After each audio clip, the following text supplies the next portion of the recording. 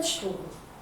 No dia 26 de maio, a turma do 6º A deslocou-se à Quinta do Covelo para ter uma aula de matemática diferente. A atividade intitulava-se Matemática na Natureza e consistia na resolução de problemas sobre áreas e volumes com ligação à Quinta do Covelo. Permitiu consolidar os conteúdos mencionados e realizar uma avaliação formativa sobre a sua aprendizagem. Os alunos da turma exultaram com a atividade e divertiram-se muito.